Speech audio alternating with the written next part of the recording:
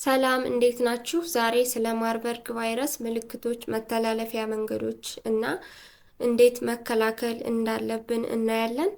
ማርበርግ ቫይረስ በወረርሽኝ መልክ የሚከሰት ከኢቦላ ጋር ተመሳሳይነት ያለው የደም መፍሰስና ትኩሳት የሚያስከትል አደገኛና ገዳይ በሽታ ነው። ማርበርግ ቫይረስ ምንም አይነት ምልክት ሳያሳይ ከ2 እስከ 21 ቀናት ሊቆይ ይችላል። የመጀመሪያ ደረጃ ወይንም ኤርሊ ሳይን የምንለው ከ1 እስከ 5 ቀናት ውስጥ የሚታዩ ምልክቶችን ነው።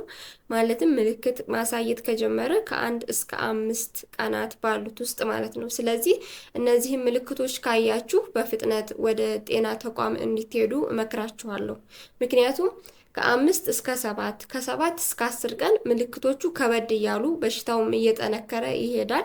ስለዚህ በፍጥነት ሕክምና ካላገኛችሁ ከፍተኛ ጉዳት ሊያስከትል ይችላል ማለት ነው። ምክንያቱም ይህ በሽታ እስካሁን ድረስ መድኃኒት አልተገኘለትም። ማለትም ቫይረሱን በቀጥታ ሊገድል የሚችል መድኃኒት እስካሁን አልተሰራም ማለት ነው። ምልክቶቹን በምናይበት ጊዜ ድንገተኛ ከፍተኛ ትኩሳት ከ39 እስከ 40 ዲግሪ ሴልሲየስ የሚደርስ ትኩሳት ይኖራል። የጡንቻ ወይንም የመገጣጠሚያ ህመም፣ ከባድ ራስ ምታት፣ የጉሮሮ መቁሰል ሊያስከትል ይችላል ማለት ነው። ሁለተኛ ከ5 እስከ 7 ቀናት ውስጥ ሽፍታ ወይንም የአይን መቅላት፣ ከባድ የውሃ ተቅማጥ ይኖራል ማለት ነው። ሶስተኛ ከ7 እስከ 10 ቀናት በኋላ የአፍንጫ ደም መፍሰስ ወይንም ኤፒስታክሲስ የምንለው ይከሰታል ማለት ነው። የድድ ደም መፍሰስ፣ በሽንትና በሰገራ ውስጥ ደም መፍሰስ ሊያስከትል ይችላል ማለት ነው። ደም የተቀላቀለ ማስታወክም ሊኖር ይችላል። በመጨረሻም የሰውነት አካላት ስራ ማቆም ሊያስከትል ይችላል ማለት ነው። በዚህ በሽታ የተያዘ ሰው በቶሎ የሕክምና እርዳታ ካላገኘ እነዚህ ጉዳት ሊያስከትል ይችላል ማለት ነው። ለምሳሌ መልቲፕል ኦርጋን ፌለር በተለይ በኩላሊታችንና በጉበታችን ላይ ከፍተኛ ጉዳት ሊደርስ ይችላል ማለት ነው። ሶዲየም፣ ማግኒዥየም፣ ፖታሺየም፣ ካልሲየም በአጠቃላይ የኤሌክትሮላይት አለመመጣጠን ሊያስከትል ይችላል ማለት ነው።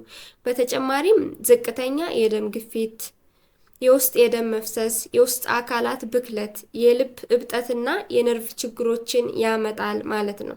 ስለዚህ ምልክቶችንና መተላለፊያ መንገዶችን ቀድሞ ማወቅ፣ ተጋላጭ ከሆኑ ደግሞ በአፋጣኝ ወደ ጤና ተቋም መሄድ ያስፈልጋል ማለት ነው።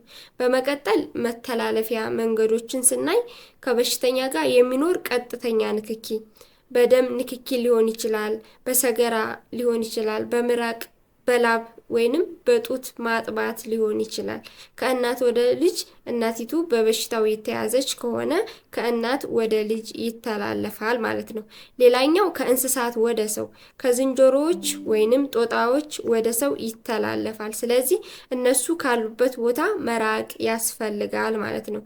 ከዋሻዎች፣ ከማዕድን ማውጫ ቦታዎች፣ ብቻ እነሱ ይኖሩበታል ተብሎ ታሰቡ ቦታዎች መራቅ ያስፈልጋል ማለት ነው። ሌላኛው በግብረ ስጋ ግንኙነት ነው። በግብረ ስጋ ግንኙነት ጊዜ ቫይረሱ ይተላለፋል።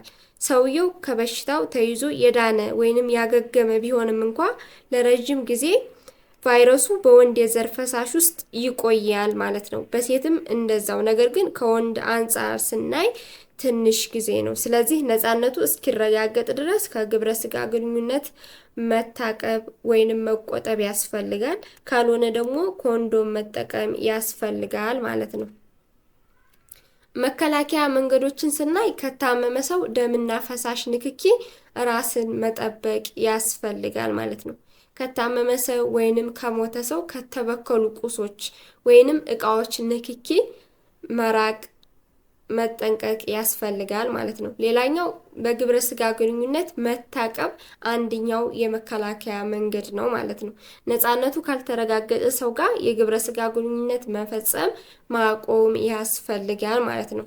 አጋላጭ ከሆኑ እንስሳቶች ከሚኖሩበት አካባቢ አለመገኘት፣ ማለትም ከዋሻዎች ወይንም ማዕድን ማውጫዎች ብቻ እነሱ ይኖሩበታል ተብሎ ከሚታሰበው ቦታዎች መራቅ ያስፈልጋል ማለት ነው። መጀመሪያ እንዳልኳችሁ ከታመመው ደምና የሰውነት ፈሳሽ ንክኪ መራቅ ግድ ነው። ነገር ግን ያው ግዴታ ከሆነባችሁ ደግሞ የመከላከያ መሳሪያዎችን መጠቀም ያስፈልጋል። ፊትን መሸፈን፣ ሰውነትን መሸፈን፣ እጅን መሸፈን ያስፈልጋል ማለት ነው። ፌስ ማስክ፣ የአይን ጎግሎች ወይንም መነጽሮችን እና ማስክ፣ ግላቭ መጠቀም ያስፈልጋል ማለት ነው። ራሳችሁን መሸፈን ይኖርባችኋል እና የግድ መጠንቀቅ ይኖርባችኋል። በሽታው ቀላል የሚባል አይነት በሽታ አይደለም። ተጠንቀቁ ልላችሁ ወዳለሁኝ። ቻናሉን ሰብስክራይብ በማድረግ ቤተሰብ ይሁኑ። ጠቃሚ የጤና መረጃዎች ይደርሳችኋል።